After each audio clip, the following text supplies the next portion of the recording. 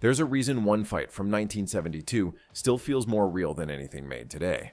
Not faster, not flashier, not bigger, just real. When Bruce Lee faced Chuck Norris in The Way of the Dragon, they didn't just create a classic. They set a standard action cinema that still hasn't matched. And the strange part, the more movies evolved, the further they moved away from it. Welcome to Action Movie Insider.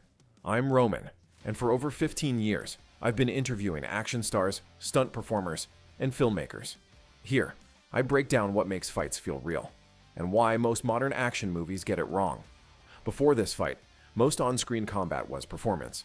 Not just in Hollywood, but across genres. In classic samurai cinema, fights were deliberate and composed, built around stance, framing, and timing. Every strike carried meaning, but it was still shaped for the camera. In ninja films, the focus shifted even further into illusion, stealth, trickery, stylization.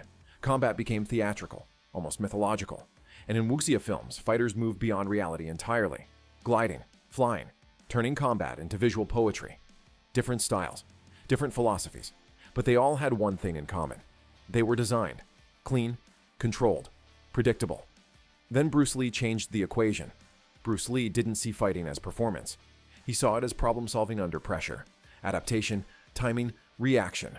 And in The Way of the Dragon, you don't just hear that philosophy. You see it, not as a theory, but as combat. Way of the Dragon. There's no music guiding your emotions, just footsteps, impact, and breath. At first, Bruce Lee is cautious. Chuck Norris is dominant, stronger stance, cleaner hits. And then something subtle happens. Lee starts adjusting.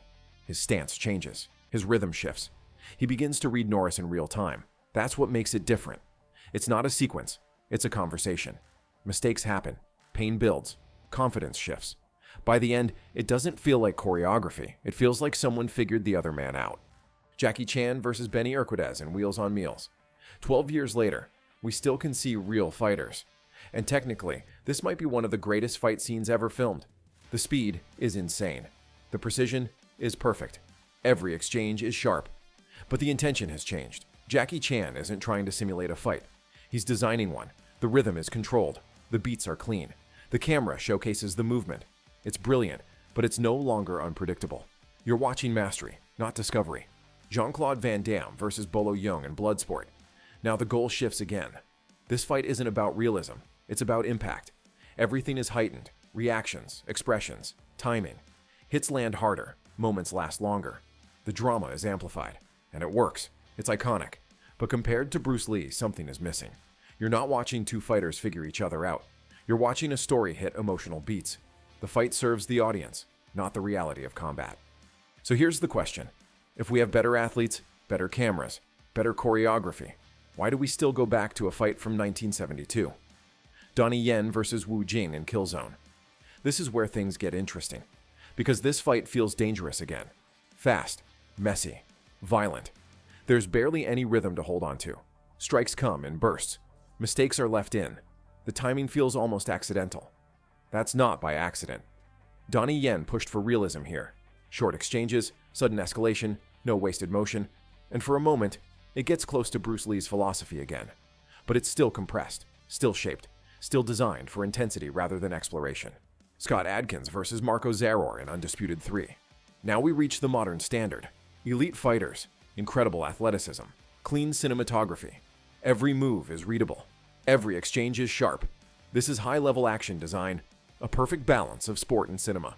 But notice what's missing. There's no hesitation, no uncertainty, no adjustment phase. Because everything is already solved. The fight isn't happening. It's being executed. That's the difference. Bruce Lee didn't just show a fight. He showed the process of fighting.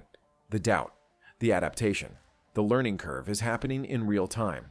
And over the years, Hollywood and Hong Kong optimized that away. They made fights faster, cleaner, more impressive. But in doing that, they removed the struggle. Watch these fights again and tell which one feels real and which one just looks good. If you see action differently now, subscribe to my YouTube channel and follow TikTok and Instagram. Like this video and comment which fight is your favorite. Next, when fights stopped being fights and became emotional storytelling. Why fights in films like Best of the Best and Rocky IV hit so hard emotionally, even though they're less realistic than Bruce Lee's approach. Before you go, quick one. I've just released my first action thriller, following a character you're going to hear more about on this channel, Nick Asano. It's a story about a vanished AI program, a global criminal syndicate, and a man pulled back into a world of violence he tried to leave behind. From Las Vegas to Vietnam, it blends grounded combat, real-world tactics, and the kind of action I talk about here. If you're into smart, hard-hitting action stories, check it out on Amazon.